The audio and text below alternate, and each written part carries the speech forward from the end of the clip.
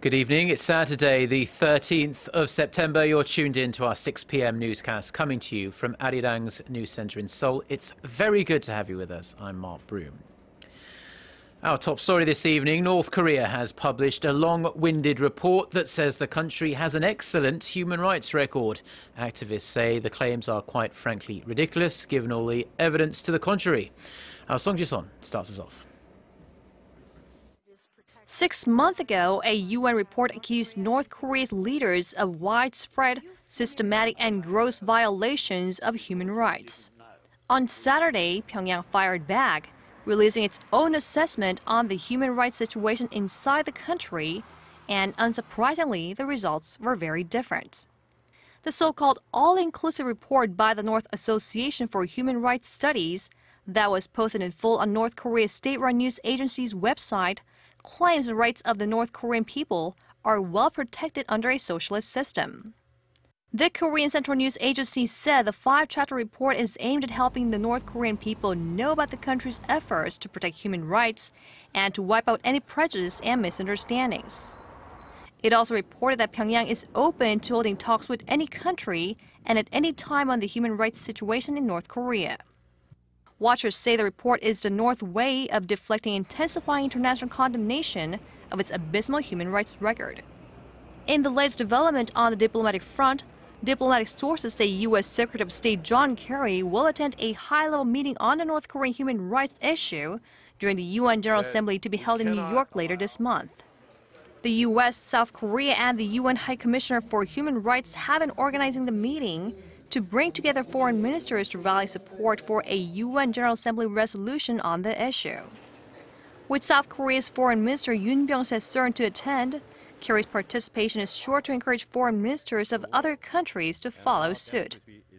Song Ji-son, Arirang News. North Korea is calling on South Korea to lift certain sanctions so as to allow cultural and humanitarian exchanges between the two Koreas. In an editorial published on Saturday, Pyongyang's state-run daily The Nodong Shinmun also pressed Seoul to consider resuming tours to North Korea's Mount Kumgang resort. South Korea suspended tours to that area in 2008 after a South Korean tourist was shot dead by a North Korean soldier.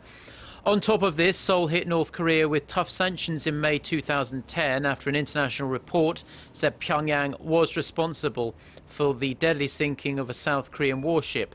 The North Korean daily also noted that Pyongyang's decision not to send a cheering squad to Incheon for the upcoming Asian Games was due to Seoul's, quote, anti-unification actions and rhetoric.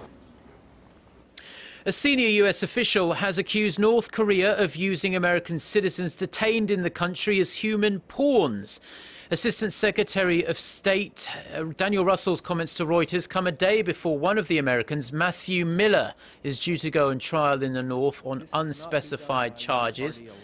Mr. Miller, a 26-year-old from California, was arrested in April for tearing up his visa upon arrival in Pyongyang. Russell said the detainment of the 3 Americans shows how the North Korean regime plays by using human beings as pawns. He went on to say that the U.S. government finds Pyongyang's behavior distressing. The U.S. State Department has made repeated calls now for North Korea to release Mr. Miller and 2 other detained Americans, Jeffrey Fowle and Kenneth Bay, who you can see there on humanitarian grounds.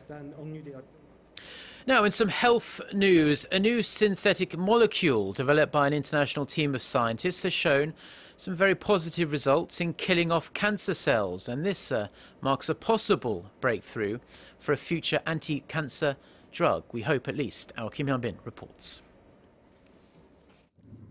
Consuming too much salt could be hazardous to one's health, but injecting it might be a different story.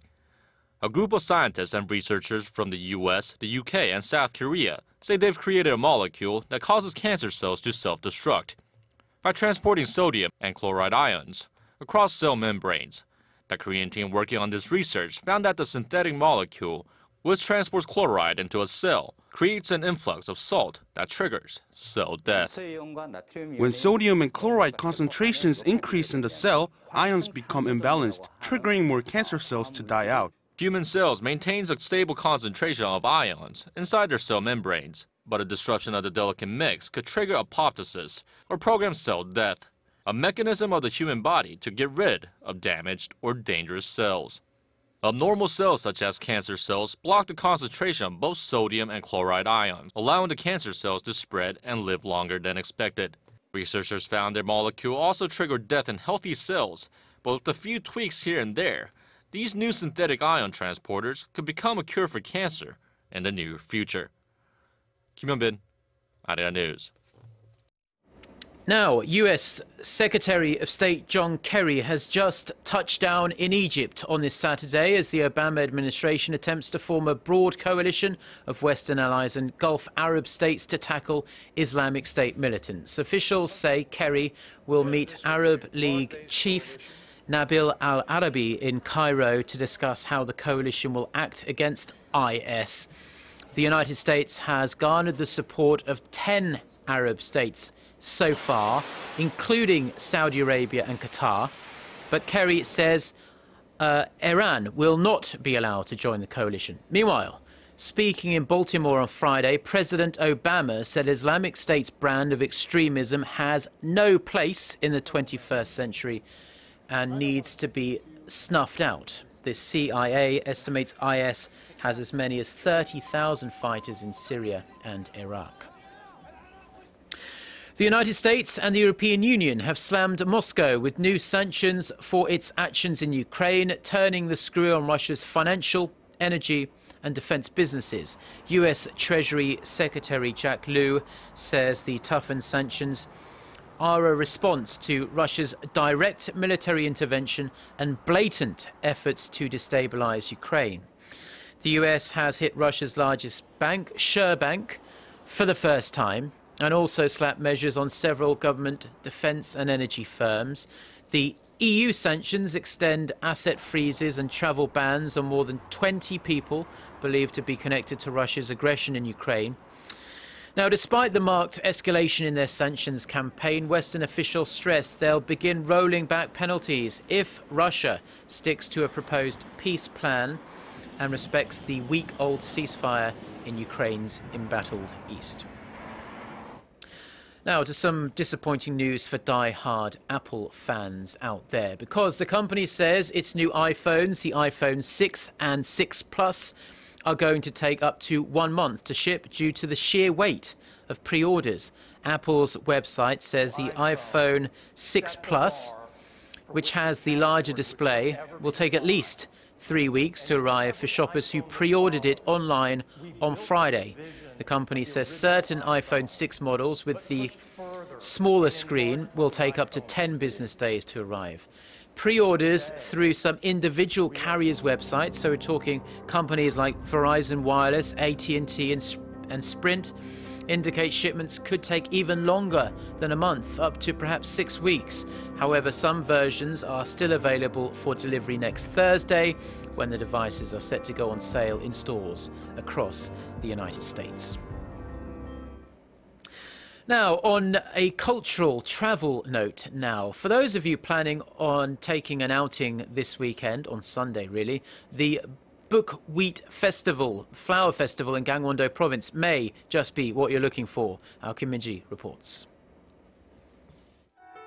At an altitude of 520 meters sits a village blanketed in snow-white buckwheat flowers. Here at the Buckwheat Flower Festival in Pongpyeong, Gangwon-do Province, visitors can conjure up memories while enjoying the beautiful scenery. It's just like I heard. It seems as if someone has sprayed salt. The flowers are beautiful and the scenery is impressive. Just as in the famous Korean novel When Buckwheat Flowers Blossom, visitors can also travel back in time to scenes depicted in the book. They can cross the bridge along a river that the main character Ho Sang-won fell into, and also hang around other places mentioned in the novel. Children can even enjoy donkey rides. I'm happy that my children like it. This is our first family holiday, and I think I'll have a great time here. The festival, now in its 16th year, has become one of the nation's biggest events leading into autumn. Kim Min-ji, Arirang News.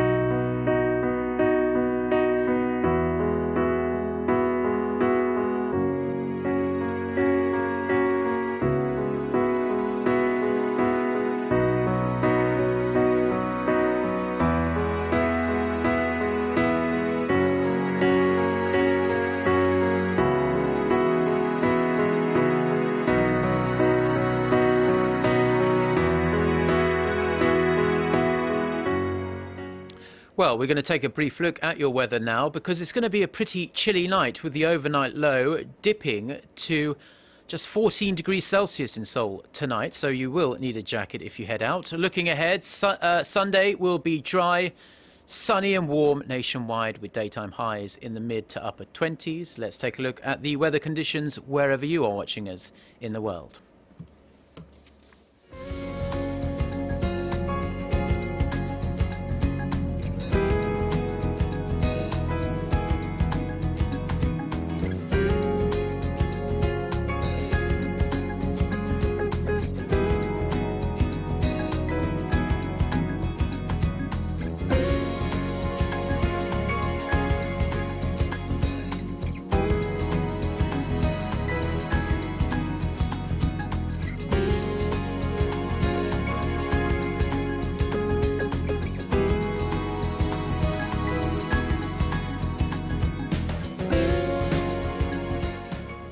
Well, that's all we have for now. Do enjoy the rest of your Saturday wherever you're watching us and stay tuned to Arirang TV. I'll be back again for our next newscast, which comes up at 10 p.m. Korea time. Until then, goodbye.